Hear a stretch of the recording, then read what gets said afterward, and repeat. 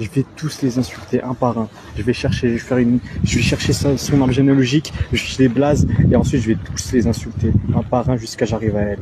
Parce que cette chienne-là, si elle fait son travail correctement, elle meurt, je pense. Petite vidéo aujourd'hui sur encore une fois la problématique de l'islam et du voile. Bien sûr, cette fois, ça sera sensiblement différent. Pour une fois, depuis un moment quand même, on va pas se mentir. On va essayer de s'intéresser aux différentes solutions que l'on pourrait apporter justement aux musulmans qui voudraient justement pratiquer leur religion et qui par moments, tu sais, se sentiraient pieds et mains liés entre le fait de respecter la loi d'Allah, entre parenthèses, tu sais, le Coran, et le fait que certaines personnes aujourd'hui aient cette impression qu'il y ait un peu trop de tissu sur la tête des gens. Tu vois, ça commence à être un peu pénible. Et je peux les comprendre, tu sais. C'est comme si aujourd'hui je venais avec un style, tu sais, qu'on retrouve un peu plus en Haïti, vaudou, et que je commençais à peinturer le visage et à marcher comme ça dans les rues. Parce qu'à un moment donné, bon, ben, il faudrait que je le porte à 24. T'imagines le délire? La peinture sera interdite. Mais bon, on va essayer de se pencher sur ce cas. Et on va le faire ensemble, comme d'habitude. Hein. À tout de suite.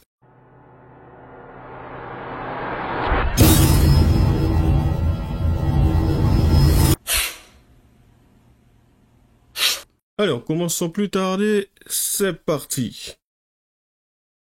Voilà. Qu'Allah elle et ses enfants. Voilà, on va invoquer pour moi, là, comme ça, je réussis mon M2. Et dès lors que j'aurai la certitude que j'aurai réussi mon M2, et ce sera pas genre en mode officiel, à ce moment-là, je vais envoyer un grand mail, ou peut-être le faire en face, on sait pas, tout est possible dans la vie, tout est possible en étant bon. Envoyer un grand mail à ma où je lui insulte tous ces grands morts de merde. Je vais tous les insulter un par un. Je vais chercher son arbre généalogique, je les blase et ensuite je vais tous les insulter un par un jusqu'à j'arrive à elle. Parce que cette chienne-là, si elle fait son travail correctement, elle meurt, je pense. Elle meurt. À chaque fois que j'envoie un mail, c'est mépris sur mépris. Cette femme n'aime pas les Arabes, cette femme ne s'aime pas elle-même. Elle se déteste, elle se trouve sale, elle se trouve inférieure. Qu'Allah la Tu sais, ce que je trouve intéressant dans cette intervention, c'est que ce mec aujourd'hui, dans sa façon de parler, hein, tu sais, ne semble pas prendre en compte justement la portée de ses propos.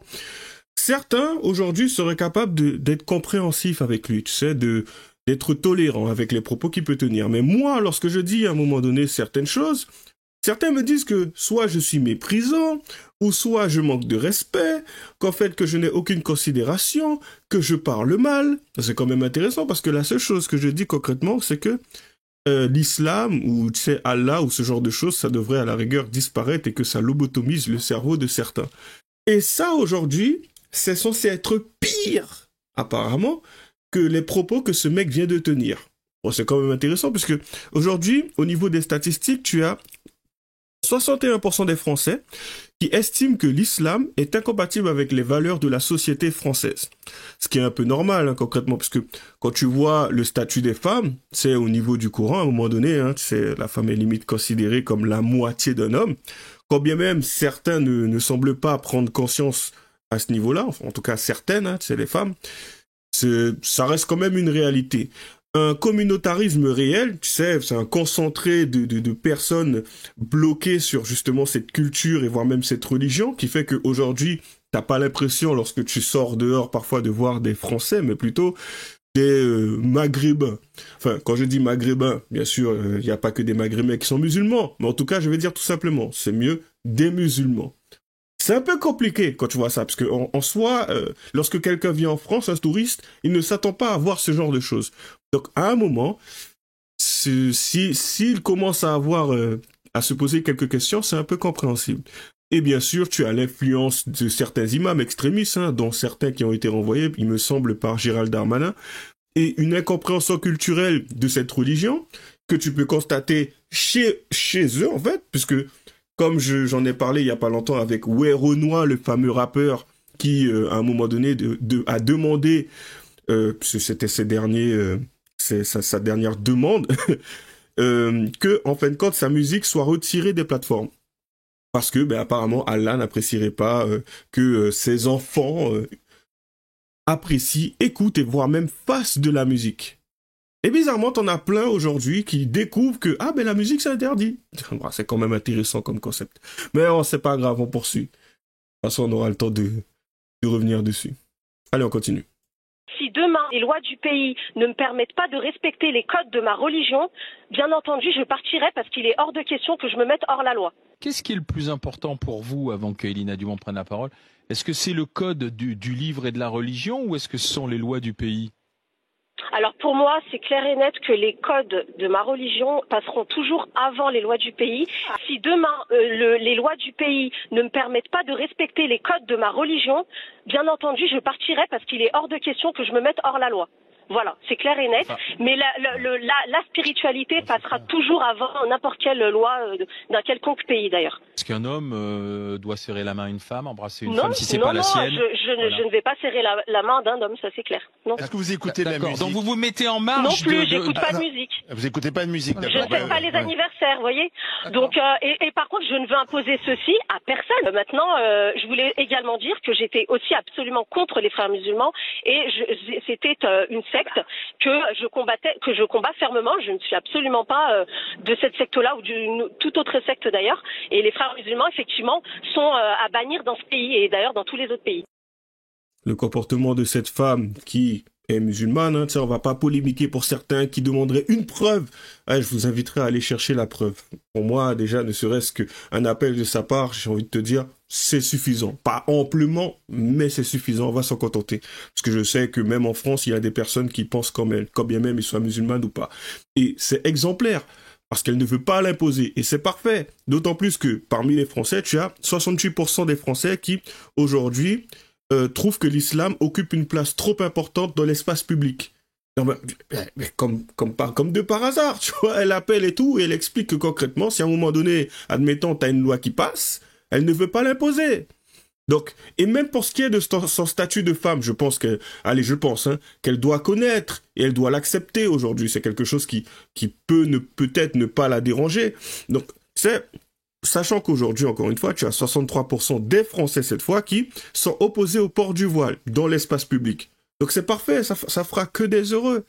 Et perso, j'inviterais certains à faire comme elle. Et pour ceux qui auraient des difficultés, tu sais, j'ai une petite méthode. Allez, vas-y, quelque chose d'un peu vicelard, mais ça pourrait peut-être passer. Admettons, tu vas te retrouver devant ton Allah. Et à un moment donné, tu te dis, oui, mais si j'ai pas porté le hijab, je vais me faire incriminer, je vais me retrouver en enfer. Eh ben, tu sais, j'ai la solution. Tu peux dire à ton Allah, tout simplement, que ça serait intéressant qu'il soit un peu plus souple à ce niveau-là. Tu sais, en étant justement dans un autre pays, enfin la France, et qu'il y a des valeurs beaucoup plus associées au christianisme, j'ai envie de te dire, à un moment donné, ça devient compliqué de pouvoir juste appliquer cette religion. Et si à un moment donné, tu dois porter ce voile, ce tissu, qu'à un moment, ça serait bien qu'ils soient un peu plus tolérants dessus.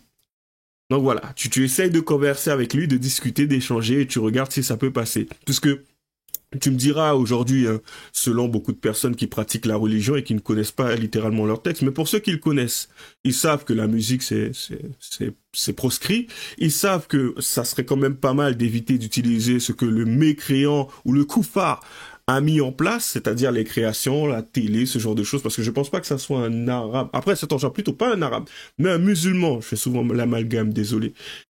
Qui a créé la télé. Donc c'est quelque chose qui devrait être proscrit aussi. Pour ce qui est des vêtements, je crois, il me semble, on ne devrait pas voir soit les genoux, soit les talons. Mais enfin, tu sais, il y a tellement de choses qui de base devraient être mises en place, et tu vois que ça ne colle pas avec la société française. Donc à un moment donné, c'est compliqué. D'autant plus que dans l'espace public, tu vois de plus en plus de mosquées. On se pose des questions. Est-ce que c'est la France ou est-ce que ça a changé? Pareil pour ce qui est des fêtes religieuses. Ça devient de plus en plus compliqué. Dernièrement, c'était quoi? C'était avec quoi? Comment ça s'appelle déjà? La galette des rois. Certains voudraient apparemment qu'au niveau de la fève, ça soit quelque chose de différent. C'est quand même délirant. Donc un peu normal si à un moment donné, tu as des Français qui ont l'impression d'être grands remplacés. Et là, c'est pas les Noirs, du coup. Puisqu'en fin de compte, c'est en grande majorité, c'est triste à dire, mais c'est la réalité, des Arabes musulmans. Je ne parle pas des Arabes athées ou des Arabes chrétiens. Voilà. Mais bon, c'est pas grave. On poursuit. Encore une fois, on aura l'occasion de revenir dessus. Et là, on a quelqu'un qui a trouvé une solution intéressante aussi. Allez, c'est parti. Je viens d'apprendre que le burkini est interdit dans les center parks et franchement, je suis dégoûtée. C'était le seul endroit où je pouvais aller avec ma famille, avec ma mère qui est voilée, avec ma sœur qui est voilée avec ses enfants. C'était le seul endroit où on pouvait partager des bons moments. Je reviens de vacances, j'étais en Égypte et je suis partie avec ma mère. Et ma mère, elle était stressée de pas pouvoir se baigner dans la piscine de l'hôtel avant qu'on parte. Elle faisait que de me dire, appelle l'hôtel pour te renseigner, imagine que je peux pas me baigner à cause du burkini. En fait, on a tellement l'habitude de partir au Maroc, en Tunisie et de se faire recal dans les piscines parce que le burkini n'est pas accepté, qu'elle a pensé qu'en Égypte c'était pareil. Et devinez quoi? En Égypte, comme la majorité des touristes c'est pas des Français, les voilés là-bas c'est des reines. Vous vous baignez où vous voulez. Genre la question du burkini, elle ne se pose même pas. Ça m'a fait tellement plaisir de voir ma mère kiffer et pas avoir peur de pas pouvoir se baigner, de se sentir humiliée parce qu'elle porte le burkini. Mais je vous jure, et pourtant l'Égypte c'est tellement une destination touristique, mais la majorité des touristes ne sont pas des Français. Personne ne cala les voilées. Les voilées sont des reines. Elles se baignent là où elles veulent. Vraiment, à chaque fois que je voyais des voilées se baigner, j'étais trop heureuse pour elles. Et je me disais, mais maintenant, dans notre propre pays, moi je suis marocaine, on peut plus aller là où on veut. Et voilà, manquait plus que Center Park, en France. Je suis dégoûtée. Mais c'est parfait ce qu'elle dit. En Égypte, elle peut y aller.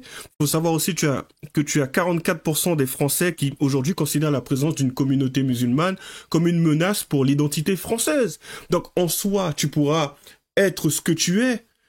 Tu pourras même faire la promotion de ce que tu es en Égypte, puisqu'apparemment tu es considéré comme une reine. Et il y en a plein qui devraient suivre justement ton exemple, enfin, en tout cas l'exemple de ton entourage, et partir en Égypte. Tu sais, c'est pas comme si ça ne fera pas des heureux, mais en fin de compte, puisque tu seras heureuse, et même les Français concrètement le seront. J'ai envie de te dire, pour ceux qui ont envie de vivre à la française, bien sûr. Parce que pour ceux qui sont français, mais qui ont envie de vivre autrement, c'est-à-dire comme des musulmans, oui, ça risque d'être compliqué.